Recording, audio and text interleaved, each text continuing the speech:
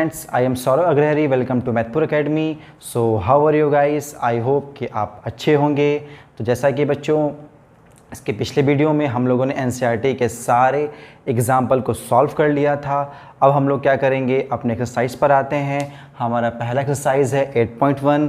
तो बच्चों मैं आपको क्वेश्चन को सॉल्व करने से पहले मैं आपको ये समझा दे रहा हूँ कि आप अधिक से अधिक क्वेश्चन को प्रैक्टिस करो और सारे एग्जाम्पल को आप रिवीजन करो, रिपीट करो, क्वेश्चन को के कॉन्सेप्ट को समझो और जितना हो सके उतना ज़्यादा क्वेश्चन को प्रैक्टिस करो। आप जितना ज़्यादा प्रैक्टिस करोगे तभी आपको सारे कॉन्सेप्ट क्लियर होंगे और आप के सारे जो क्वेश्चन हैं वो क्या होंगे, बहुत ही अच्छी तरीके से लगेंगे। और जब आपका कॉन्सेप्ट क्लियर होगा तो आपका 8.1 के सारे जितने भी क्वेश्चन हैं और उसके जितने भी एग्जाम्पल हैं वो आपको एकदम अच्छे तरीके से आ जाएंगे। जब आप एग्ज़ाम में बैठोगे तो अगर इस एक्सरसाइज से जितने भी क्वेश्चन आएंगे आप आराम से कर लोगे। ठीक है बच्चों, तो मैं बार बार बोल रहा हूँ कि आप प्रैक्टिस को बहुत ज़्यादा करो। अब ऐसा मत सोचो कि आप एग्ज़ाम में बहुत ज़्यादा टाइम है।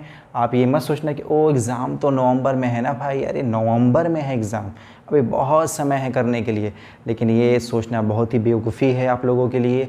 आप क्वेश्चन को प्रैक्टिस करो, पढ़ो, खूब प्रैक्टिस करो, कॉपी उठाओ, पेन उठाओ और इस कॉन्सेप्ट को समझो। कॉन्सेप्ट को नहीं, इस क्वेश्चन को समझो मैं जो सॉल्व करूंगा। और कॉन्सेप्ट तो आपको पता है, इसमें 3 केस अप्लाई करना है और सारे क्वेश्चन का सॉल्यूशन आ जाना है। ठीक है बच्चों, तो आते हैं अपने क्वेश्चन पे। तो देखते हैं क्वेश्चन क्या कह रहा है, कहेगा क्या लिखा हुआ है। ठीक है, कहेंगे तो हम, समझाएंगे तो हम। ठीक है बच्चों, आप लोग को तो सुनना है और सुनकर कॉपी में नोट करना है। तो नोट करिए, पहले समझ लीजिए फिर नोट करिएगा, क्योंकि बोर्ड को तो हम लेके जाएंगे नहीं कहीं। ठीक है, ऐसा तो नहीं कि लिख के फट से मिटा देंगे। तो आप पहले समझो फिर नोट करो। ठीक है बच्चा, मैं समय दूंगा आपको, टेंशन मत लो। तो आइए पहले क्वेश्चन को पढ़ते हैं, समय को बर्बाद ना करते हैं। ठीक है, बात करके बहुत बात हो गई।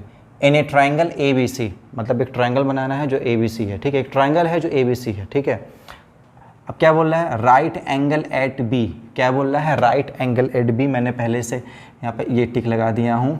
इसके कहने का मतलब ये है जो B हमारा होगा वो क्या होगा, 90 डिग्री होगा। क्या होगा, B हमारा 90 डिग्री होगा। क्यों, क्योंकि लिखा हुआ है राइट एंगल एट B। आपका एक ट्राइंगल होगा और उसमें जो B होगा वो क्या होगा, 90 डिग्री का होगा। तो आप समझ लो कौन सा ट्राइंगल होगा, राइट ट्राइंगल। बहुत अच्छा सोच रहे हो आप, जो सोच रहे हो वो बहुत सही सोच रहे हो आप। तो ये देखिए खूबसूरत सा फिगर मैं बनाता हूँ। बहुत दिन से प्रैक्टिस कर रहा था बनाने के लिए कि मेरी जो फिगर है वो काफ़ी अच्छा बन जाए। ठीक है, तो B पे 90 डिग्री दिया है तो मैं यहाँ B लिख देता हूँ और यहाँ पर A और चुपचाप मुँह उठाकर यहाँ लिख देता हूँ C। ठीक है बच्चों, तो आप भी यही करना। ठीक है, अब आगे क्वेश्चन पढ़ते हैं। क्या दिया हुआ है, AB 24 सेंटीमीटर। तो मैं यहाँ पर नोट करा दूँ, AB इक्वल 24 सेंटीमीटर। क्या है, AB हमारा है 24 सेंटीमीटर एंड BC हमारा है 7 सेंटीमीटर। तो आप BC को क्या लिखो, 7 सेंटीमीटर। ठीक है बच्चों, BC को क्या लिख दो, 7 सेंटीमीटर। तो हमें क्या डिटरमाइन करना है, पहले क्वेश्चन में sine A and cos A की वैल्यू को फाइंड करना है एंड सेकंड क्वेश्चन में sine C and cos C की वैल्यू को फाइंड करना है। तो वैल्यू तभी लिख लेगा जब आप इस राइट ट्राइंगल के तीनों साइड को फाइंड कर पाएंगे। तो आपको पता क्या था, मैं बताया हूँ आपको कि अगर राइट ट्राइंगल के 2 साइड दिए हों और एक साइड अगर आपको फाइंड करना हो तो आप कौन सा फॉर्मूला अप्लाई करेंगे, पाइथागोरस का थ्योरम। क्या अप्लाई करेंगे, पाइथागोरस का थ्योरम। तो यूजिंग पाइथागोरस थ्योरम। ठीक है बच्चों, पाइथागोरस थ्योरम अप्लाई करो। याद है ना, याद कर लो भाई, बहुत छोटा थ्योरम है, बहुत प्यारा थ्योरम है। इतना प्यारा है कि इसके बिना क्वेश्चन लग ही नहीं सकता पहले एक्सरसाइज का। झूठ नहीं बोल रहा, मजाक नहीं कर रहा हूँ, सही बोल रहा हूँ। नोट कर लो इसे। तो हाइपोटेनस तो मुझे फाइंड करना है, तो ये लिख दो आप AC का स्क्वायर एंड परपेंडिकुलर क्या दिया हुआ है, 7। तो आप 7 का स्क्वायर लिख दो और बेस क्या दिया है आपको ये पता है, 24। तो आप 24 का स्क्वायर कर दो।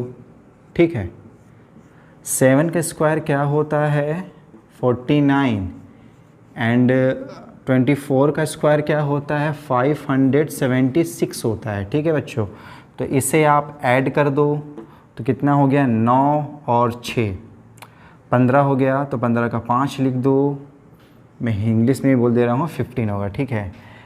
कुछ इसमें अंग्रेज भी होंगे जिन्हें समझ में नहीं आ रहा 15 क्या होता है। तो 7 और 4 कितना हो गया 11 हो गया, ठीक है। इस 11th में मैं 1 ऐड कर दूंगा तो क्या हो जाएगा 12 हो जाएगा। 12 का मैं 2 यहाँ लिखूँगा, कैरी 1 हो गया हमारा, ये हो गया 5 5 1 6 625 आ गया, ठीक है। हमें AC की वैल्यू को फाइंड करना है, ना कि AC स्क्वायर को। तो स्क्वायर को आप हटाएंगे तो क्या हो जाएगा बच्चों, ये अंडर रूट में हो जाएगा, ठीक है। क्या हो जाएगा अंडर रूट में। तो आपने स्क्वायर हटाया तो स्क्वायर रूट निकाल लो, और 625 का स्क्वायर रूट क्या होता है 25 होता है। क्या होता है 25। तो AC इक्वल मैं लिख दूंगा 25 सेंटीमीटर। क्या लिख दूंगा 25 सेंटीमीटर। मैंने पाइथागोरस से इस राइट ट्रायंगल के तीनों साइड को मैं फाइंड कर लिया हूँ, ठीक है। अब आते हैं अपने क्वेश्चन पे आते हैं। क्वेश्चन हमारा पहला क्या बोल रहा है, पहला क्वेश्चन बोल रहा है कि आप साइन ए का वैल्यू और कॉस ए की वैल्यू को फाइंड कर लो। साइन ए के वैल्यू को और कॉस ए के वैल्यू को फाइंड कर लो। तो सबसे पहले मैं साइन ए को फाइंड करूँगा, फिर कॉस ए को फाइंड करूँगा। तो साइन ए लिखूँ, साइन ए, ठीक है। तो मैंने एक ट्रिक बताया था आपको, P अपॉन में HB। इसे पढ़ते कैसे हैं, पाकिस्तान भूखा प्यासा, हिंदुस्तान हरा भरा, उसके साथ सोना चांदी भी तोला। कौन तोला, हिंदुस्तान तोला, ठीक है। अब ध्यान देना, पाकिस्तान का, सॉरी पाकिस्तान बोल रहा हूँ मैं, साइन दिया हुआ है, बार बार पाकिस्तान आ रहा है। इतने बार मैं रिपीट कर दिया हूँ कि मुझे बार बार पाकिस्तान याद आ जा रहा है, ठीक है। सॉरी, मुझे साइन याद करना है, निकालना है क्या साइन। साइन ए के वैल्यू को फाइंड करना है। तो मेरा साइन क्या है, ये सोना मतलब क्या साइन, और चांदी मतलब क्या कॉस, और तोलना मतलब टैन, ठीक है। तो साइन का क्या होगा P अपॉन में H, तो मैं लिख दूंगा परपेंडिकुलर अपॉन में हाइट। और कॉस ए का वैल्यू क्या हो जाएगा अपना B अपॉन में H, बेस अपॉन में हाइट, ठीक है। तो मैंने एक बात फिर बता दे रहा हूँ कि जब आप ट्रिग्नोमेट्री रेशियो को जब आपको डिटरमाइन करना होगा, उसके वैल्यू को फाइंड करना होगा, तो आप देखना कि उसका एंगल क्या दिया गया है। यहाँ पर एंगल क्या दिया हुआ है साइन ए, यहाँ पर एंगल क्या दिया है कॉस ए।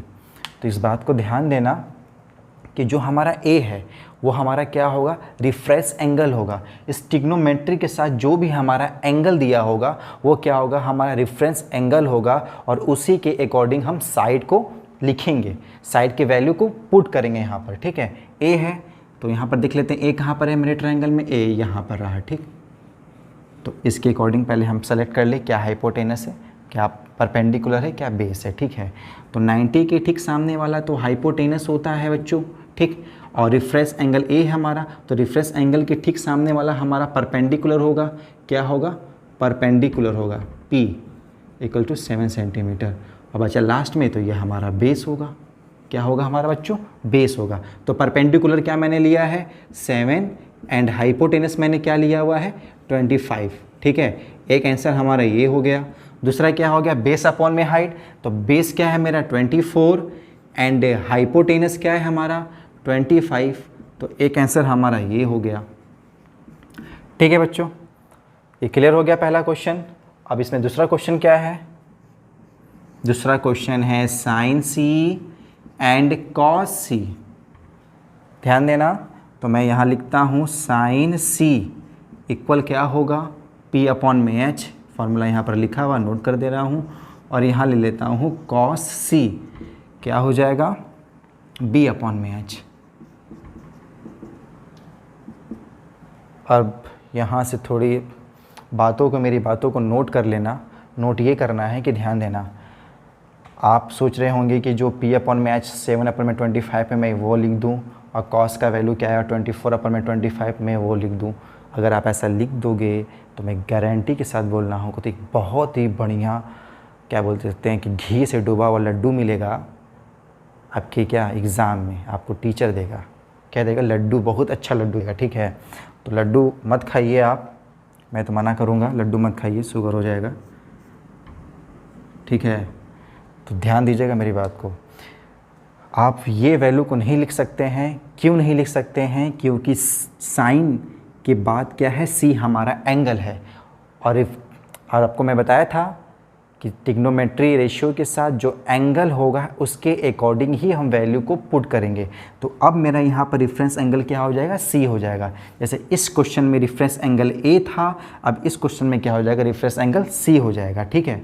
तो मैं एक फिगर और बना लेता हूँ, मैं यहाँ पर एक छोटा सा फिगर बना लेता हूँ, ठीक है, रेफरेंस सी के लिए। ये बी हो गया, ये ए हो गया, ये हमारा सी हो गया। ये 90 डिग्री है, ठीक है, 90 के ठीक सामने वाला तो हाइपोटेनस होगा 25 सी। तो रेफरेंस एंगल के ठीक सामने वाला परपेंडिकुलर होता है, अब बच्चा ये लास्ट में बेस होता है, ये तो आपको पता ही है। और आपको मैं बता दे रहा हूँ, रेफरेंस एंगल से मैं परपेंडिकुलर और बेस में हम लोग चेंजिंग कर सकते हैं, लेकिन ये जो हमारा वैल्यू है ये कभी चेंज नहीं होगा। इसे चेंज मत कर देना भाई, नहीं तो बहुत ही दिक्कत हो जाएगा, ठीक है। ऐसा गलती एकदम मत करना। सिर्फ इस एंगल से आप बेस और परपेंडिकुलर को चेंज कर सकते हैं, ना कि इसके वैल्यू को चेंज कर सकते हैं, ठीक है। तो मैं यहाँ पर लिखता हूँ, परपेंडिकुलर क्या है हमारा 24 एंड हमारा हाइपोटेनस क्या दिया हुआ है 25, ठीक है। तो एक आंसर हमारा ये हो गया cos c, ठीक है। b अपॉन में h, b कितना है हमारा 7 एंड हमारा हाइपोटेनस कितना है 25, एक आंसर ये हो गया।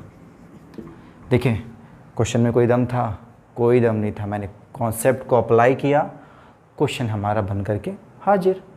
तो क्या करना है आपको, कुछ नहीं करना है, बस कॉपी उठाइए, पेन उठाइए, इसे नोट करिए और प्रैक्टिस करिए। मैं बार बार बोल रहा हूँ, खूब प्रैक्टिस करिए, जितना हो सके उतना प्रैक्टिस करिए।